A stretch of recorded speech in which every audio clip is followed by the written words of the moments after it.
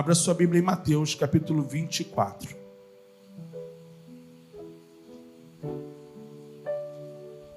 Todos nós estamos acompanhando esse movimento que está em Israel, essa coisa absurda, né, que aconteceu em Israel e que tem acontecido em nossos dias e que tem acontecido na terra. E eu quero trazer um despertamento, eu quero trazer algumas coisas que têm me chamado a atenção nisso. Existem muitas coisas, irmãos, que as pessoas criam, muitas ilusões que as pessoas criam. Lembro quando morreu o Papa João Paulo e depois, quando o Papa seguinte de João Paulo morreu, todo mundo ficava esperando o Papa João Paulo ressuscitar. Eu lembro que trouxe maior... Ele vai ressuscitar, inclusive até hoje é cheio de câmera em cima dele. Eu acho que eles pensam que ele vai ressuscitar um dia, né? Mas são coisas que não está na Bíblia. Trouxeram até passagem dizendo que ele ia ressuscitar. Mas isso são coisas que as pessoas ficam criando para poder explicar o que está na Bíblia. E é mais fácil a gente entender quando a gente olha para a palavra e fica na palavra, né? Porque as coisas que estão acontecendo ao redor só vão mostrando que a palavra está certa. Então vamos ficar na palavra. Em Mateus, no capítulo 24, vamos ler, então, a partir do versículo 4. Ele diz assim: E Jesus respondendo disse-lhes: Fiquem atentos para que nenhum homem vos engane. Porque muitos virão em meu nome, dizendo, eu sou Cristo, e enganarão a muitos. E ouvires de guerra e de rumores de guerra, olhai para que não vos perturbeis, pois todas essas coisas devem acontecer, mas ainda não é o fim. Pois se levantará nação contra nação, e reino contra reino, e haverá fome e pestes e terremotos em vários lugares. Todos estes são o princípio das dores. Observe aqui, irmãos, que a gente ouve de guerra, hoje, só hoje. A gente sempre ouviu de guerra. Nação contra nação, sempre ouviu nação contra nação. E ele está dizendo, não é o fim. Quando você ouvir isso, então Jesus está voltando, é o fim porque está tendo guerra. Não, porque já tem guerra, olha, quanto tempo. Raros os momentos que a gente não teve guerra, sempre está tendo algum tipo de guerra. Nação contra nação, reino contra reino, é o tempo todo. Um querendo ser maior do que o outro, um querendo tomar o lugar do outro. Isso sempre acontece. E Jesus já estava dizendo, do tempo dele, estava dizendo, olha, não se preocupa, isso não é o fim. Tá? Versículo 10. E então, muitos se ofenderão e trairão uns aos outros, e uns aos outros se odiarão. E surgirão muitos falsos profetas e enganarão a muitos. Já tem surgido isso? Irmãos, teve uma igreja, 666. A igreja, o nome da igreja era o número da besta. E tinha gente que foi para essa igreja e tatuava o 666, não é? E tatuava ainda o 666. A pessoa consegue, com a Bíblia, com o poder da oratória, levar quantas pessoas para tantos lugares? E ele está dizendo, cuidado, não vos engane. Porque ele está começando a preparar a gente, porque esses falsos profetas que surgem aí já levam a porção. Imagina quando vier um, que nós vamos falar daqui a pouco dele. Vamos lá, versículo 12. E por se multiplicar a iniquidade, o amor de muitos esfriará. Mas aquele que suportar até o fim, esse será salvo. E este evangelho do reino será pregado em todo o mundo, como testemunho para todas as nações. E então virá o fim. Então, o fim não está vindo quando aparece guerra, quando aparecem rumores de guerra. O fim já começa aqui. Se multiplica a iniquidade e o amor se esfria. Já estamos vendo isso? Muito bem. Agora, este evangelho do reino será pregado em todo mundo. Já estamos vendo isso acontecer?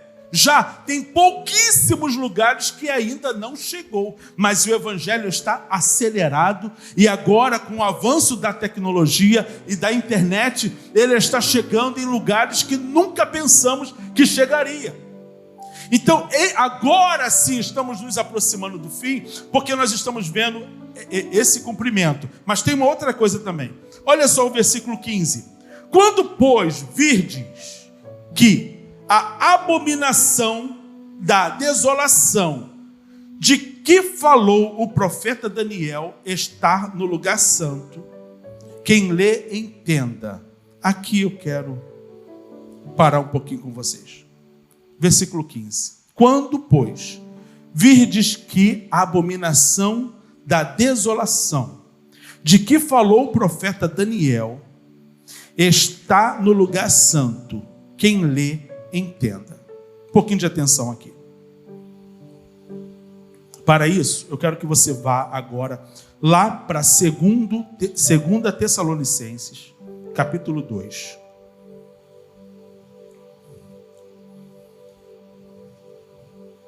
Quem gosta de Bíblia, dá glória a Deus. Então vamos lá, nós estamos agora em 2 Tessalonicenses. O que acontece aqui nesse versículo é que isso em Mateus 24, quando ele fala isso, ele está dizendo de uma grande situação que acontecerá no templo e que o anticristo faria algo no templo que o profanaria.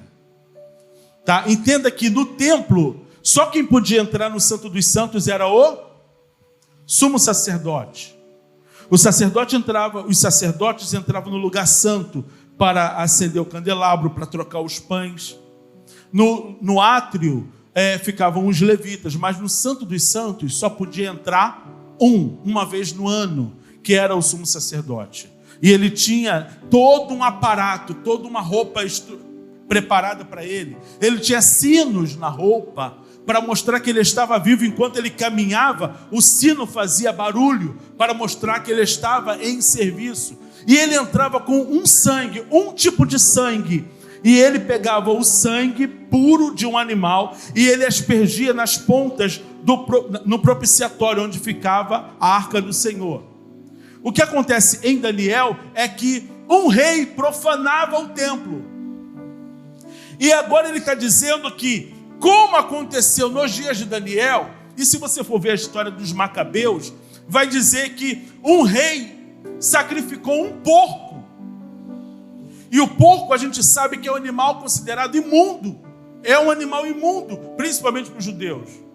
Mas agora nós estamos vivendo uma característica. Algumas semanas atrás eu preguei aqui sobre vencendo o espírito de Nimrod. E eu falei sobre a Torre de Babel. Que o espírito de Nimrod, ele é aquele que quer atrair para ele, quer construir para ele, quer fazer o reino dele crescer. Enquanto Cristo veio para expandir, para fazer o povo explorar a terra. Amém? Só que observe que existe uma situação acontecendo aqui. Deus deu um filho. Satanás também deu um filho. Deus deu um filho unigênito, para salvar a humanidade. Satanás também deu um filho, criou um filho, para destruir a humanidade. Nesse capítulo que nós vamos ler atentamente, vai começar a mostrar que Satanás faz tudo o que é inverso a Deus. Ele trabalha na inversão de valores, não só de valores, e na inversão de tudo. Enquanto Deus traz um homem para a restauração, Satanás traz um homem para a maldição. Vamos lá. 2 Tessalonicenses capítulo 2, versículo 3 em diante. Ninguém vos engane de maneira alguma, pois aquele dia não virá sem que primeiro venha uma separação, e que o homem do pecado, o homem da iniquidade, seja revelado, o filho da perdição. Então está falando de uma figura que é o anticristo. É filho de quem? Do diabo. É filho de quem? De Satanás. O poder dele não emana de Deus. O poder dele emana de Satanás. O poder desse filho emana do pai. E o seu pai é o diabo, é Satanás. O qual, versículo 4, o qual se opõe e se levanta contra tudo o que se chama Deus, ou se adora, de modo que se assentará como Deus no templo de Deus, querendo parecer Deus. Então observe aqui, ligando essa palavra a Mateus 24, que ele diz que a desolação, o filho da desolação, o que ele ia fazer? Ele quer se sentar num lugar que não lhe pertence, assim como Lúcifer, que ele quis estar num lugar que não lhe pertencia. Observa que Lúcifer, ele era um anjo de luz. Irmãos, a gente não tem noção quando a gente fala de anjo de luz. Diga para o teu irmão, não dorme. A gente não tem noção quando fala em anjo de luz. A Bíblia fala que ele era um ser de safira, um ser de pedras preciosas. Espera aí, imagina um anjo esculpido todo de pedras preciosas. Só que a pedra preciosa, quando ela está num lugar escuro, ela parece alguma coisa? Não, mas quando bate a luz, ela... Então, quando ele chegava perto de Deus, e quando ele começava a adorar a Deus, o que acontecia? Ele começava a acender diante de Deus. Ele começava a brilhar, por isso que era a luz bela, que conforme ele era adorando, ele ia acendendo, ele ia crescendo. O que acontece com ele é que ele quer o lugar de Deus. Ele diz, eu vou subir aos céus e vou me assentar no lugar onde ele está, e eu serei como ele. A síndrome de Lúcifer, o poderio entra no coração dele e ele quer tomar um lugar que não lhe pertence. O que acontece? É jogado para terra. Tem pensamentos teológicos que é quando ele cai na terra causa uma destruição. Já tinha uma criação, e quando ele cai nessa terra causa uma grande destruição. Mas aí é outra corrente, eu não quero entrar por esse caminho. Mas ele então é jogado, mas só que vem a terça parte dos anjos com ele, e agora ele começa a colocar nesse ser que ele está criando, que ele está formando, e que já está vivo, e que já está perto de aparecer, porque tudo está sendo preparado para a sua chegada, assim como nós estamos nos preparando para a vinda de Cristo, assim como nós estamos pregando o Evangelho para que o reino do Senhor seja pregado em toda a terra e Jesus venha, Satanás também está preparando o território para o seu filho, e nós estamos vendo isso diante dos nossos olhos, amém? A tecnologia tem ajudado, agora é o G5, é o G12, é o G10, e o negócio só vai afunilando para chegar em poucos para dominar. Está diante dos nossos olhos o chip. No tempo aqui de quem é mais antigo aqui da igreja? A irmã Cleide não veio hoje, né? Mas no tempo lá dos nossos irmãos, né, mais antigos, não tinha chip. Eu que não sou tão antigo, Na hora de passar cartão, era aquela maquininha que fazia assim com carbono, lembra? E tinha que ligar. Agora, irmãos, é rápido. Você faz o Pix, você pega o celular e coloca ali, já libera. Está tudo rápido, tudo acontecendo diante dos nossos olhos. Então, observe que esse homem, que vai estar cheio de poder, ele quer tomar um lugar. Imagina para um judeu, que quem entra no lugar santíssimo é o sacerdote. Eu falo para você, o terceiro templo já está pronto? Não. Por que eles não fizeram? Porque só tem um lugar que pode ser feito esse templo, no Monte Moriá. É onde está aquele domo da rocha, que é aquela cúpula dourada que você vê de Israel. Ali é o único lugar que pode fazer. E tem outro templo ali. Então Israel não tem templo para adorar. Eles adoram nas sinagogas e nas suas casas. Mas eles não têm um lugar específico. Só que eles têm o museu do templo. É um lugar onde todas as roupas dos sumos sacerdotes já estão prontas. Eles têm todo o local só não tem a arca, mas eles têm exposição. O candelabro que vai ser usado no templo, todo de ouro, está exposto em Israel. Você entra no museu do templo, você vê exatamente como é a roupa do sumo sacerdote, as trombetas que vão ser usadas, você vai ver a pia de bronze, você vai ver tudo, já está tudo pronto. Qual é o problema? Qual é o problema? É que eles não têm aonde colocar isso. E esse homem vai arrumar um lugar ali para colocar esse templo.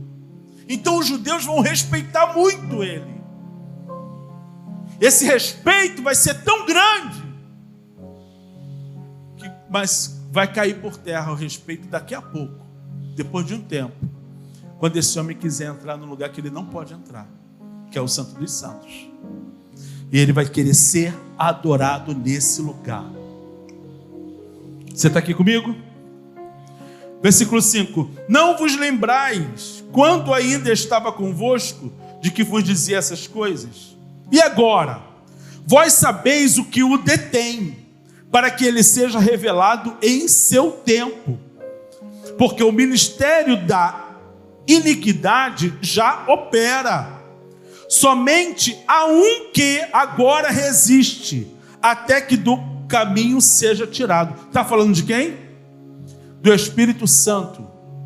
A única coisa que não deixa esse anticristo vir com todo o seu poderio é o Espírito Santo, que está sobre a igreja de Cristo. Porém, esse poder está sendo formado. Uma coisa, irmãos, é eu fechar uma torneira. A água está ali? Tá, qualquer momento que abrir. Quem segura é o Espírito Santo, mas já está ali. A ação já está na tubulação. Quando ele sair, então ele toma todo o território dele. Mas tem alguém que o impede. E então será revelado o iníquo. Olha como a Bíblia se retrata a ele. A quem o Senhor consumirá com o espírito da sua boca e destruirá pelo esplendor da sua vinda. A esse cuja vinda é segundo a eficiência de Satanás, com todo poder e sinais e prodígios de mentira, e com todo o engano da injustiça naqueles que perecem, porque não receberam o amor da verdade para que pudessem ser salvos. E por isso Deus lhes enviará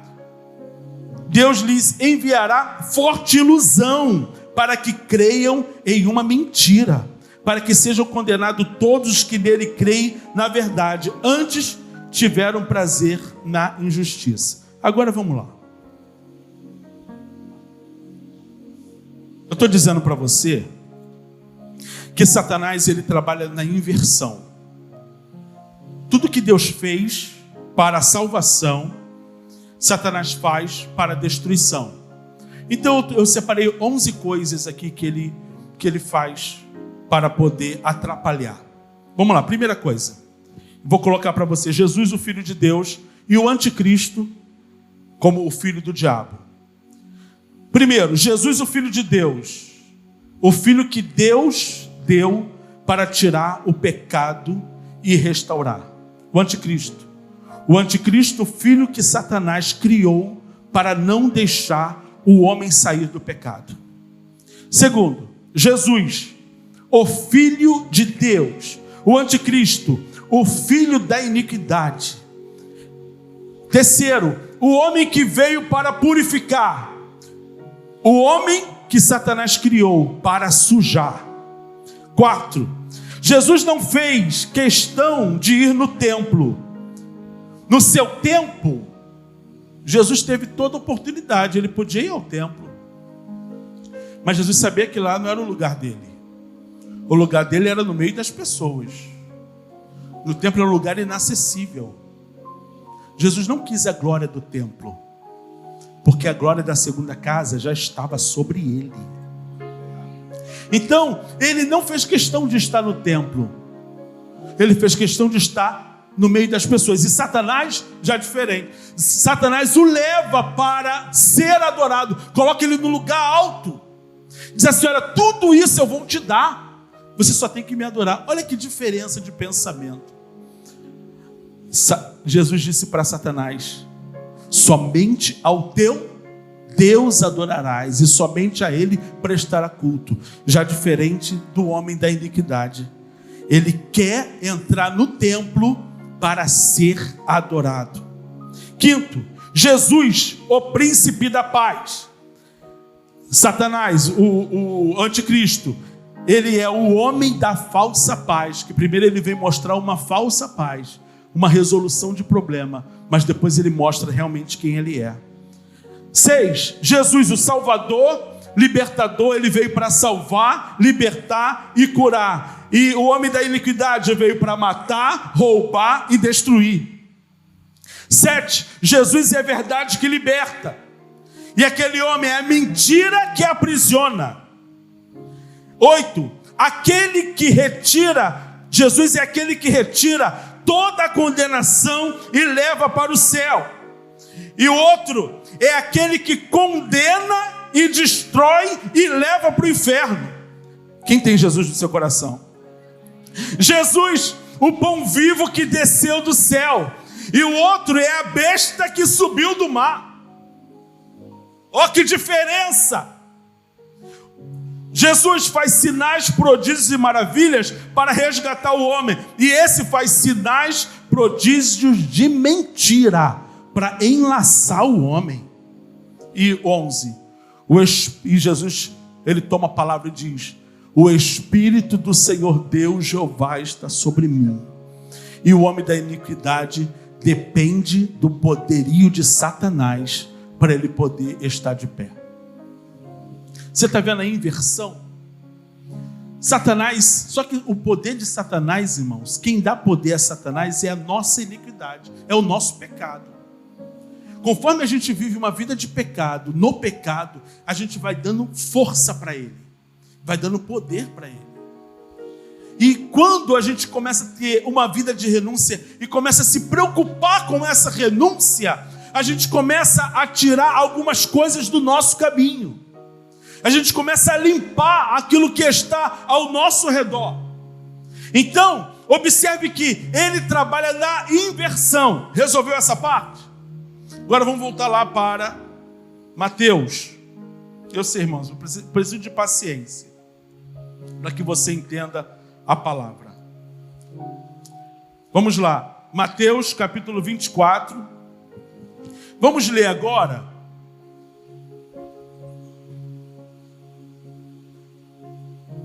versículo 31. E ele enviará os seus anjos com grande som de trombeta, e eles ajuntarão os seus eleitos desde os quatro ventos, de uma extremidade do céu à outra. Diga comigo, por gentileza. E ele enviará os seus anjos com grande som de trombeta. Guarda isso aí, depois eu vou voltar nisso. 32. Agora, aprendei uma parábola da figueira. Presta atenção aqui, irmãos, olha para mim. Quando a gente começa a falar sobre a vida de Jesus, o que logo faz a gente prestar atenção? Aonde? a gente começa a ver o que está acontecendo no mundo. E muita gente fala do que está acontecendo nos Estados Unidos. E aí se preocupam. Olha, porque nos Estados Unidos já tem um lugar lá que eles colocam uma barra, um chip. Porque nos Estados Unidos já está acontecendo isso. Porém, a Bíblia não manda a gente olhar para os Estados Unidos. Você quer saber se Jesus está vindo? Eu não tenho como te falar o dia e nem a hora, porque se você for olhar aqui no versículo 36, diz assim: mas daquele dia e hora nenhum homem sabe, não, nem os anjos no céu, mas unicamente meu Pai. Quem falou essa palavra? Jesus, não foi? Então eu pergunto para você, Jesus hoje sabe o dia que ele vai vir? Não? Vou ler de novo. Mas Jesus está falando isso para os seus discípulos. Mas daquele dia e hora nenhum homem sabe, não, nem os anjos do céu, mas unicamente o Pai. Jesus sabe hoje o dia que ele vai voltar?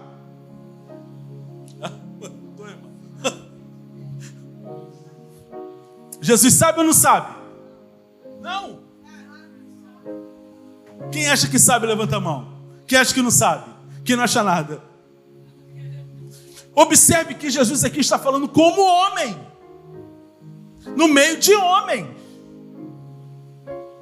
Agora Jesus não está mais no céu como homem, irmãos. Se ele é um com o Pai, claro que ele sabe. Mas aqui ele está dizendo, ele não está dizendo eu não sei. Ele está dizendo, mas daquele dia e hora nenhum homem sabe. Ele como homem nessa terra também não sei.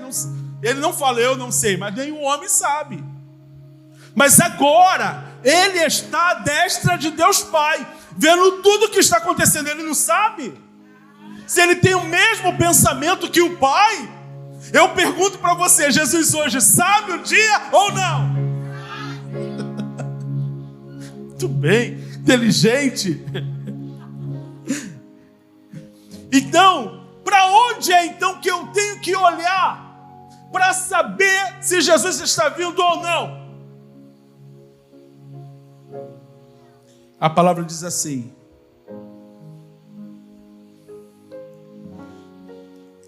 aprendei com a parábola da figueira, quando seu ramo estiver ainda tenro e brotarem folhas, sabeis que o verão está próximo. Isso daqui, irmãos, é um sinal. O outro eu vou te falar daqui a pouquinho. Esse daqui é um dos sinais mais importantes. Quem significa figueira? Israel. Quando foi que a figueira começou a florescer?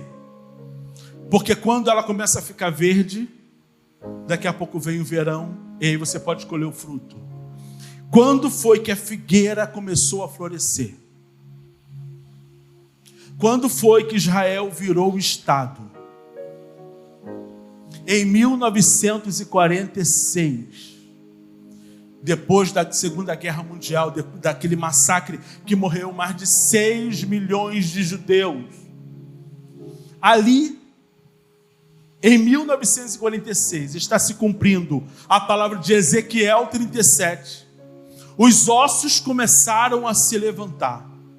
O exército começou a se levantar. Israel começou as folhas começaram a aparecer. Eles começaram a virar uma nação, um estado. Israel é do tamanho de Sergipe, porém é uma das nações mais poderosas da terra. Por quê? Porque o Brasil, irmãos, foi descoberto em 1500. Olha quantos anos nós temos e quantos anos Israel tem. E quem é Israel hoje? Você tem um controle remoto na sua casa? Foi Israel que criou. Você tem uma TV colorida? Foi Israel que criou, foram os judeus. É um pendrive? Foram os judeus. O Google? Foram os judeus. Posso te falar uma porção de coisa que foram os judeus. Em pouco tempo que eles se levantaram, tem 76 anos. E olha quantas coisas. Meu pai fez 69 anos. Em 70 anos, quantas coisas Israel viveu. A palavra do Senhor diz que não passará esta geração. Que geração que não vai passar? A geração que está vendo a figueira florescer. Quem está vendo a figueira florescer aqui? Você não está vendo, não? Então diga assim para o teu irmão, não vai passar a tua geração. Quer saber quando Jesus vai voltar? Diga, ainda na minha geração. Porque eu estou vendo a figueira florescer. Eu estou vendo a coisa acontecer. Eu estou vendo nações ao redor brigar por um pedacinho de terra, irmãos. Se você deve estar assistindo direto os noticiários, e ali tem professor de história também, Rodrigo, que pode ajudar. Deixaram Israel com um pedacinho de terra, no deserto, sem nada. Deixaram Israel ali. Israel consegue fazer uma irrigação com gotinhas de água. Israel consegue dessalgar a água do mar, ele consegue trazer aquilo ali. Eles aproveitam a água 6 vezes. A água que sai da bica, a água que você escova o dente que sai ali, sai para um lugar, toda a água é aproveitada 6 vezes.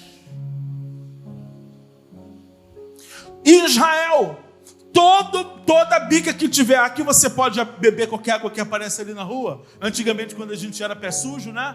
A gente estava brincando e aí tinha alguém lavando no quintal, pegava lá aquela mangueira, bebia água. Hoje, se fizer isso, vai ficar lá no hospital, lá com infecção intestinal. Em Israel, toda biquinha que tem, toda fontezinha que tem, você pode pegar o copo e beber água. Do lado tem o Egito. Você não pode fazer isso. Se você tomar um copo de suco no Egito, você vai ter uma dor de barriga. Um suco, porque eles fazem tudo com a água do Nilo. E a gente que não tem costume, morre. Mas em Israel, toda biquinha da rua que você pegar, você pode. A água é boa, é potável.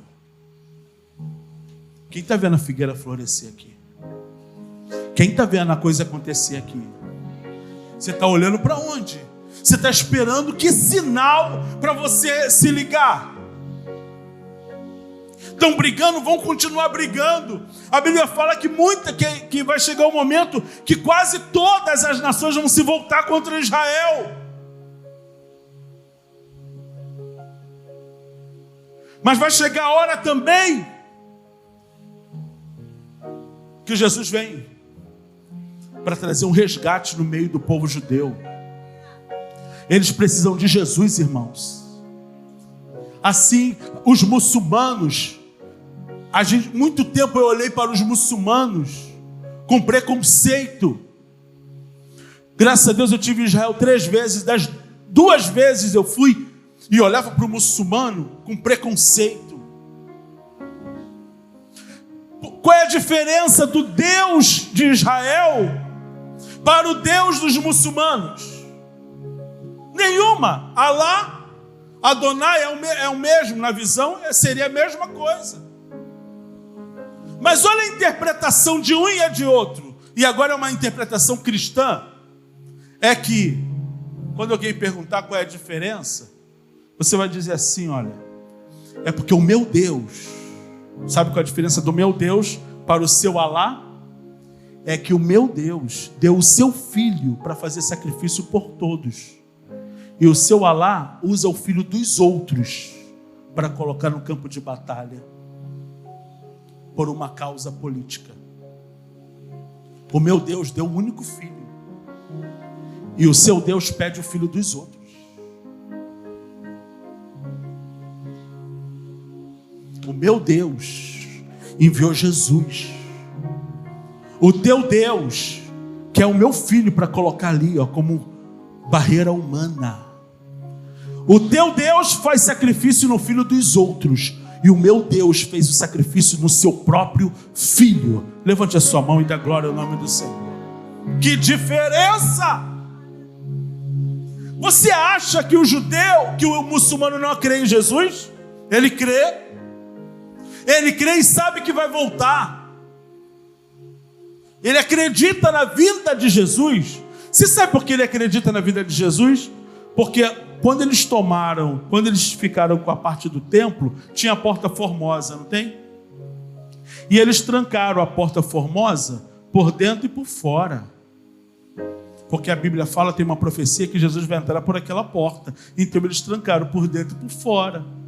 Sabe o que eles fizeram também? Colocaram um cemitério na porta, porque sacerdote, rei, príncipe não vai pisar no meio dos mortos.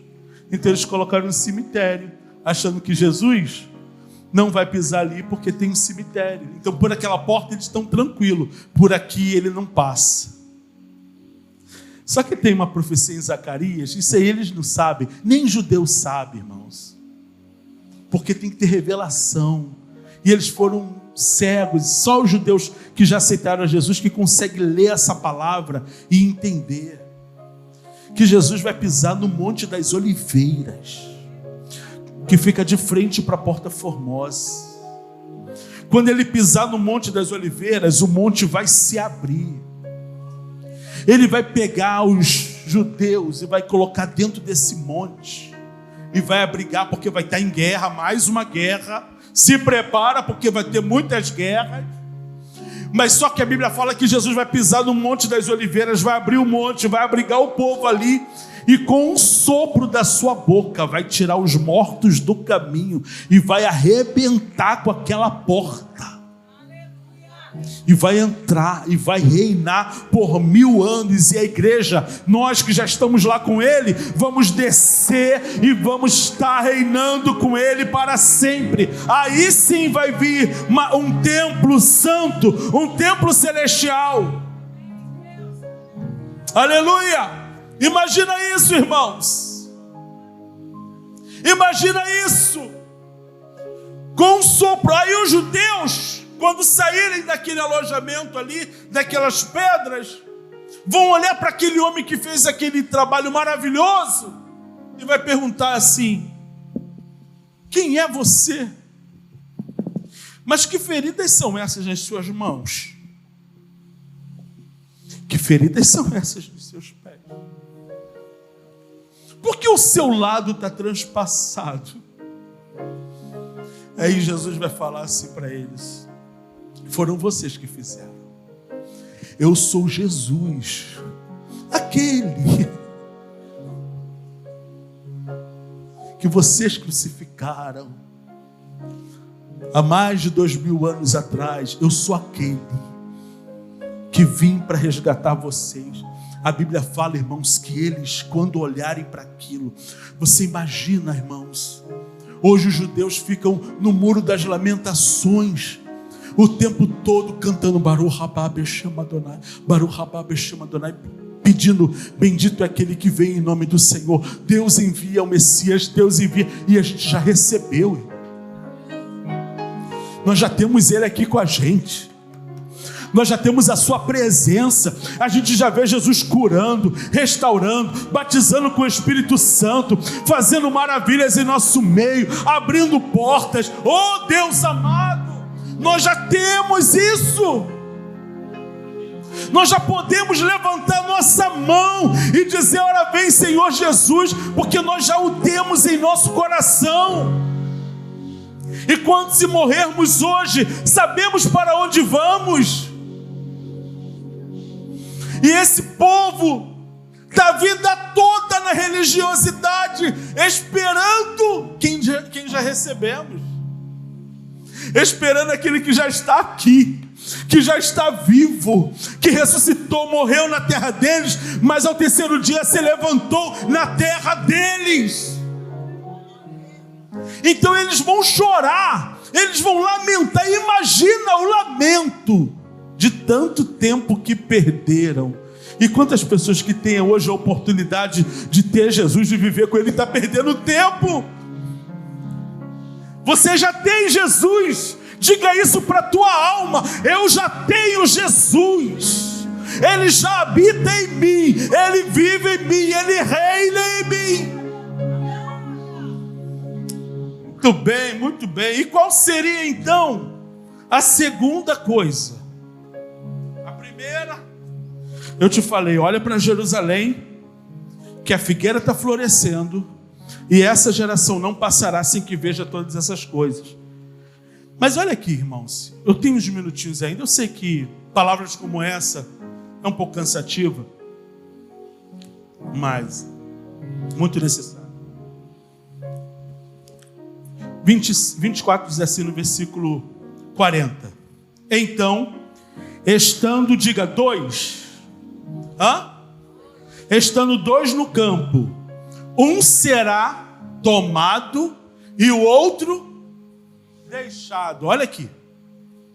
Estando duas mulheres moendo no moinho, uma será tomada e outra deixada. 100%. Quantos por cento? Fica e quantos por cento vão? Mais alto.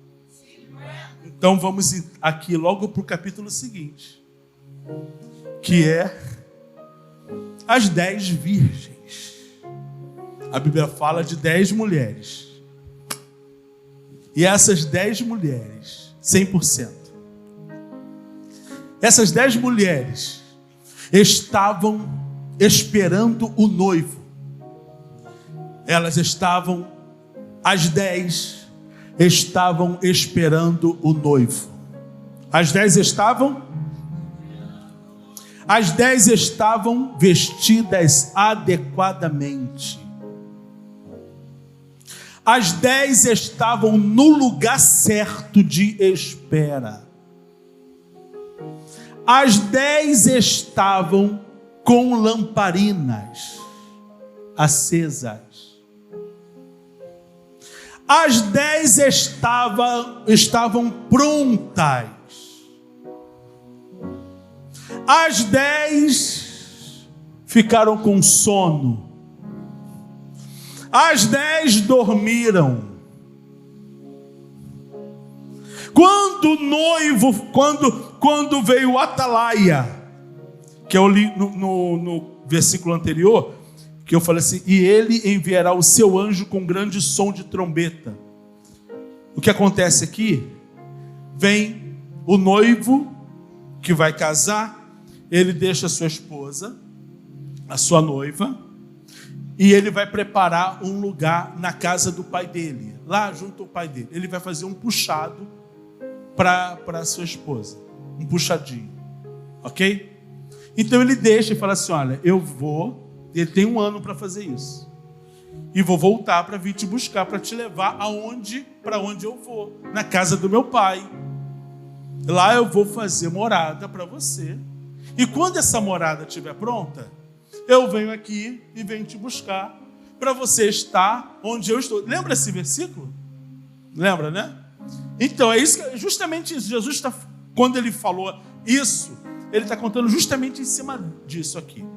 Só que o que acontece? Essa mulher, ela tem que estar preparada, e ela precisa estar com o seu candeeiro aceso, porque o sinal que esse noivo vai ter, que ela continua aguardando ele, é que ele vai ver de longe que o candeeiro está aceso.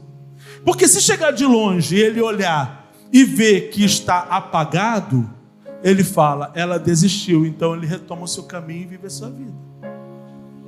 Está entendendo isso? Então, quando essas mulheres estão com o seu candeeiro, elas têm sono.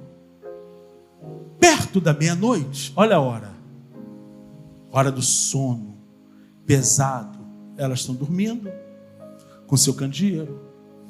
Aí vem o atalaia dizendo, aí vem o noivo. Mas isso ainda vai demorar uns quilômetros para esse noivo chegar.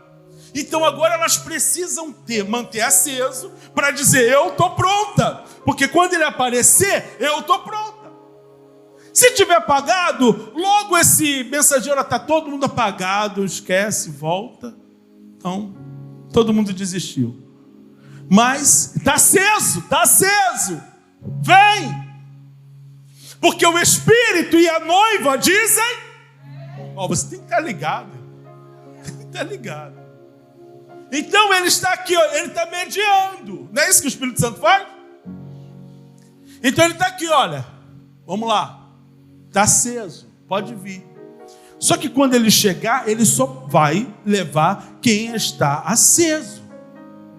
Observe que todas dormiram. 100% dormiu, irmãos? Quantos por cento dormiram? 100%. Todos dormiram. Diga para o teu irmão, você dormiu também? Todos, foram todos. Tá? Porém, na hora de acordar, todos ouviram. Aí veio o noivo. E todas acordaram. Está entendendo isso? Se levantaram. Qual foi o problema? É que até o noivo chegar, você, de 15 em 15 minutos, você tem que botar azeite para manter aceso. E quando está apagando, azeite para manter aceso. E vê que está apagando. Ele só vai levar quem tiver aceso. Ele só vai levar para o quarto, para o casamento, quem tiver aceso. Então a preocupação delas é de 15 em 15. É desse tamanho o candeeiro. Então elas têm que ficar o tempo todo com o azeite e colocar de 15 em 15 minutos.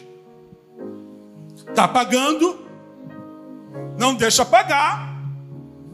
Então tem que ter muita reserva. 50% não tinha reserva. Apagou, acabou. Observe que todas estavam tudo direitinho, irmãos.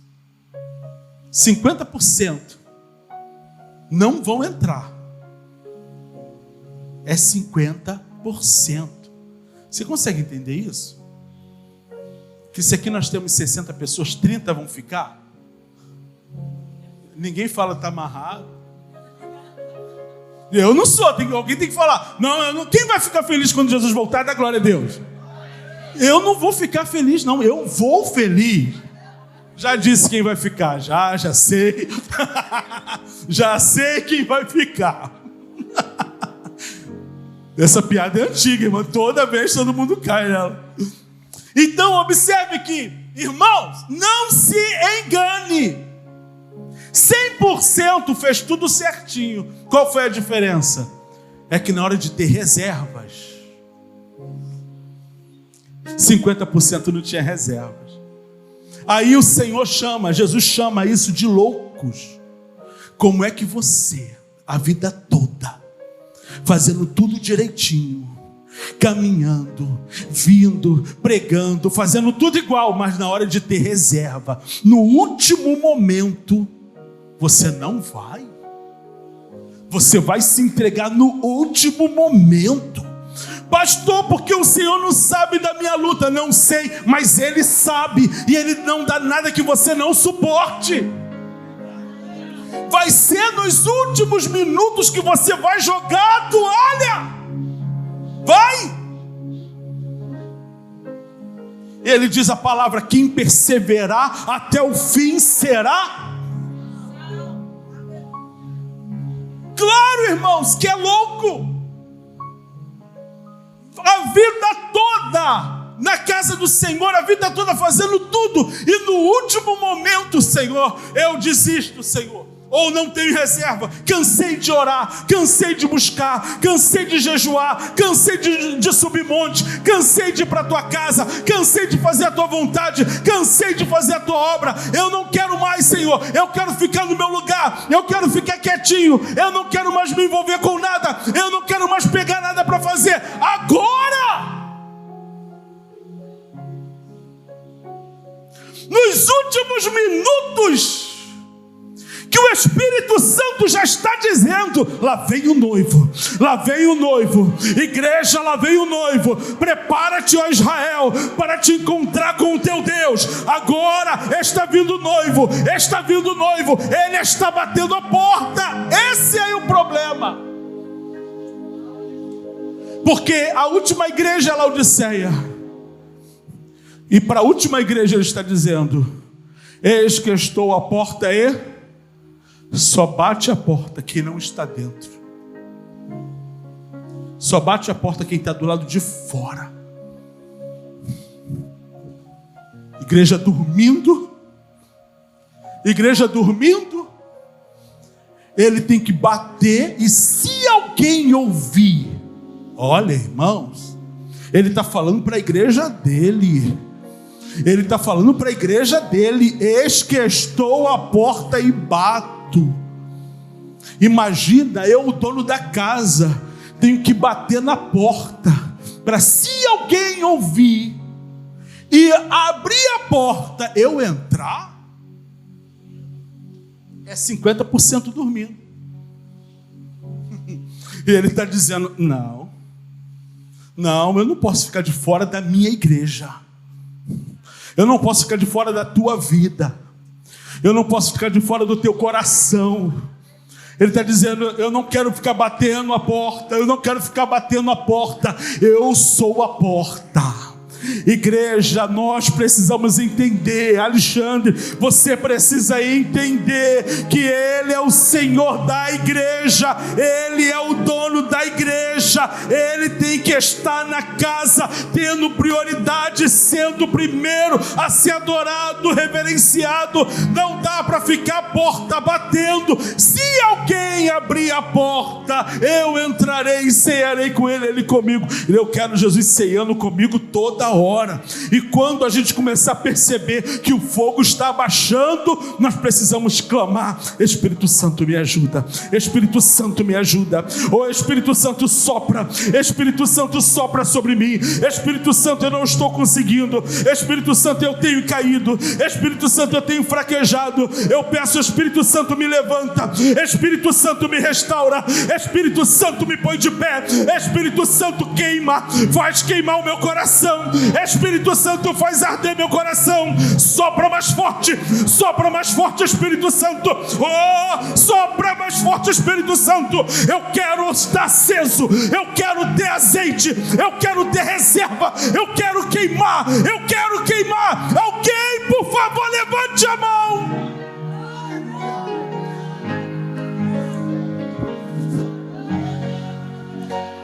O homem da iniquidade tem nos segurado. O homem da iniquidade tem tentado nos prender na terra, enquanto Jesus veio nos tirar da terra. O homem da iniquidade tem tentado nos manter na iniquidade, no pecado. Essa é a tua luta e essa é a minha luta. Essa é a nossa luta todo dia. Sair das garras de Satanás, sair das garras da maldade, tirar a maldade de dentro de nós, arrancar a maldade que nos prende, arrancar a maldade que domina a nossa mente, que nos deixa escravos. Como se consegue sair disso, pastor? É com força humana?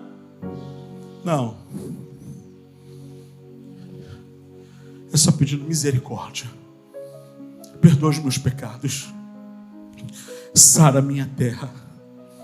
Limpa o meu coração. Tira todo o cativeiro da minha mente. Fecha os teus olhos. Remove tudo que é impuro do meu coração. Remove tudo que é impuro da minha mente. Todo lugar que eu dei para a iniquidade, todo lugar que eu dei ao pecado, eu quero renunciar ao pecado. Eu quero renunciar à maldade. Eu quero renunciar ao mal na minha vida. Eu quero, em nome de Jesus, pedir: Espírito Santo, restaura o meu coração, restaura a minha mente, restaura, Espírito Santo, a minha vida. Oh, vai orando assim comigo, porque não tem outra forma de ascender se não for se humilhando. Não tem outra forma de ascender se não for se arrependendo. E essa tarde Deus está nos convidando a isso.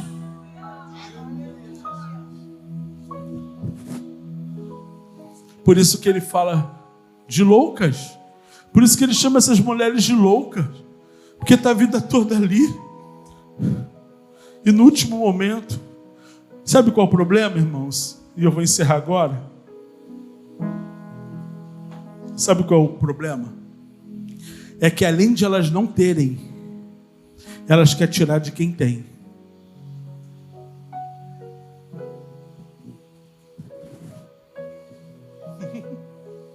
Elas pedem, dá-me do teu azeite. Ou seja, vai pegar para mim e vai pegar para você. Eu não vou, mas você também não vai. Meu Deus. É isso que o inimigo quer. Vai sugando a nossa força. Quantas situações que vão sugando a nossa força. Porque não tem, quer tirar de quem tem. Vai te tirando a força. Vai mirando. Quando você vê, você está fraco, caído, sem força. Por isso que eu tenho que ter cuidado quando ele fala, um vai ser tirado e outro vai ser deixado. Porque às vezes são pessoas, coisas que estão com a gente o tempo todo. E que vai sugando dali, que vai sugando daqui. E que você vai sugando. Porque às vezes é nós que estamos nessa posição de não buscar e sugar. De não tomar uma posição com Deus e exigir do outro. A gente não tem que julgar quem está na posição A ou B. É 50% que tem que se resolver.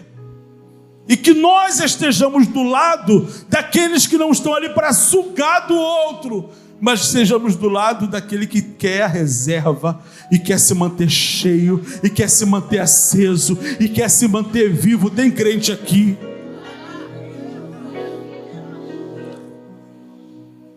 Guarda essa palavra, irmãos. O que aconteceu? Que essas mulheres não tinham reserva, mas as prudentes, sabe por que elas são chamadas de prudentes? Não era só porque tinha reserva, não. É porque não negociaram o que tinha. Isso é prudência.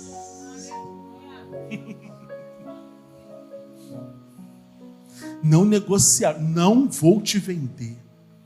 Não vou te dar. Ah, mas egoísmo? Não. É uma questão de sobrevivência. Não. Vão comprar. E quando elas foram comprar, quando retornaram, ele veio, colocou aquelas 5 para dentro de casa e trancou a porta por dentro e por fora. E elas ficaram do lado de fora gritando, perdidas. Irmãos, imagina quando a trombeta soar e quando a igreja subir. Imagina aqueles que ficarem, meu Deus, me livra desse dia.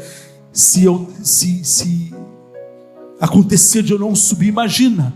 Eu, para não tomar ninguém de exemplo, eu vou tomar, imagina que eu não suba. Deus me livre e guarde. Quase que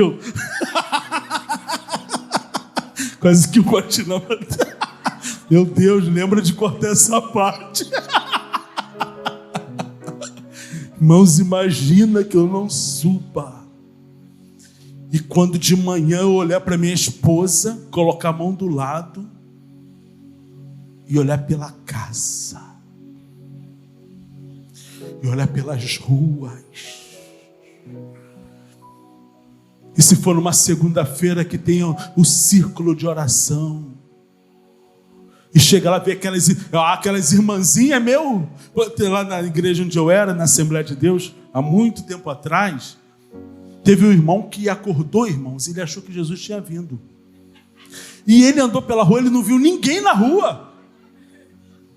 Todo mundo que ele queria falar, ele não conseguia naquele dia. Ele correu para a igreja, era ciclo de oração. E tinha uma irmã chamada Eugênia, uma irmã de oração, cabelo branquinho, culto todo, santo, santo, santo. Quando ele chegou lá e viu a irmã Eugênia, ele, ai, graças a Deus, Jesus não voltou.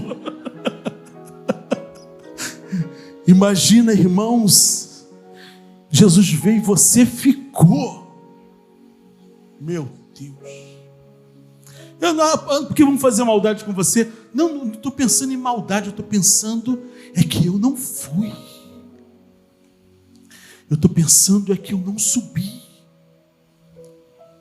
é que a minha casa toda subiu e eu não. Oh Deus, fica em pé.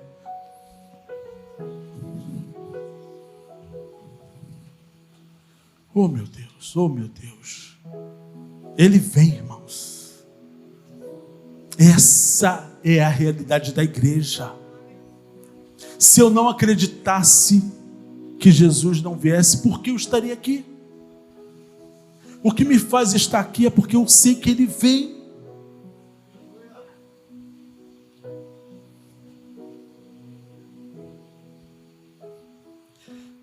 Então, o que me faz estar aqui hoje é porque Ele vem. O que nos faz estar querendo lá na aldeia, em Maricá, no dia 25 de novembro, fazer esse musical lá para os indígenas, para que todos se convertam, boa parte já se converteram, mas é porque Ele vem. Então precisa ter uma urgência no meu coração, porque eu oferto, é porque eu sei que Ele vem. Não é para eu ostentar. Hoje Deus está nos dando a possibilidade de transmitir os nossos cultos.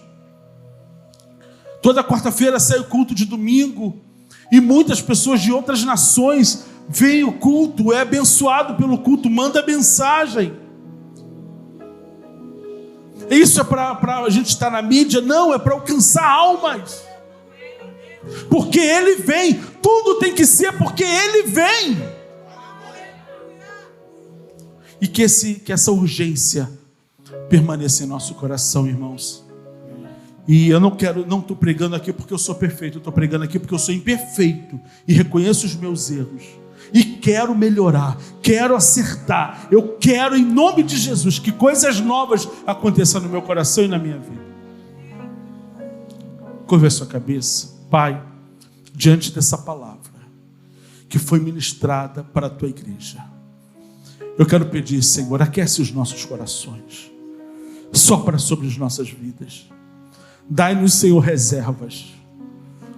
Pai, não deixa dormirmos, Senhor, na hora principal, que possamos estar acordados, vivos, acesos, Senhor, ouvindo o que o Teu Espírito diz, e que falemos a mesma linguagem dele.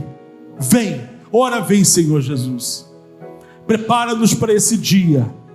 Coloca urgência no nosso coração, para tudo que fizermos ser para ganhar almas para Ti, porque Jesus está vindo.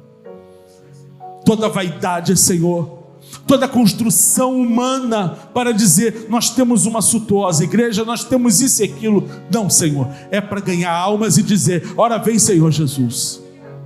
Nos ajude a chegar onde o Senhor quer. Limpa os nossos corações, Pai. Confessamos a Ti os nossos pecados, os nossos erros, pedindo que o Senhor nos perdoe, Senhor, e nos livre de todo mal, para que possamos seguir daqui por diante, de cabeça erguidas e limpos diante de Ti. Em o nome de Jesus. Amém. Aplauda bem forte ao Senhor.